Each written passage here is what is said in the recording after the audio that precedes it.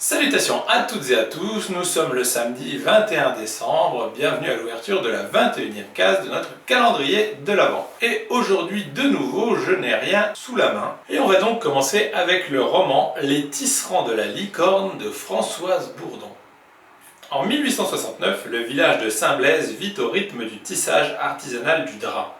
Joséphine, 17 ans, étouffe dans la maison familiale où le métier à tisser prend toute la place. Contre l'avis de son père, elle décide de partir pour Sedan.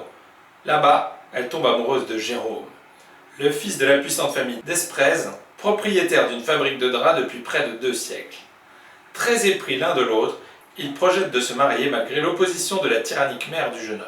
Mais la guerre de 1870 va bouleverser leur destin. Donc voilà, là on est sur du roman du terroir et historique, où la petite histoire des personnages se mêle à la grande histoire. Et côté film, on part sur la comédie dramatique C'est magnifique de et avec Clovis Cornillac. Pierre, à la quarantaine, a toujours vécu loin des désordres du monde entre ses abeilles et ses hibiscus. Lorsque ses parents disparaissent, c'est tout son univers qui bascule.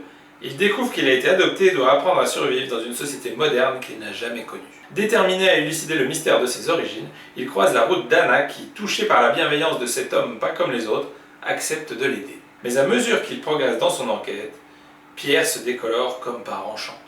Alors j'avoue que je ne l'ai pas vu, mais le synopsis est plutôt intriguant et j'ai bien envie de connaître le fin mot de cette histoire. Et aujourd'hui, on a presque une thématique commune entre les deux. En tout cas, il y a un lien ténu puisque dans les deux, on a un peu le côté terroir, nature et autres, avec dans le roman où on va découvrir un peu les métiers de tisserand et la région de Sedan, et de l'autre, avec Pierre qui a donc été un peu coupé du monde et forcément très proche de la nature.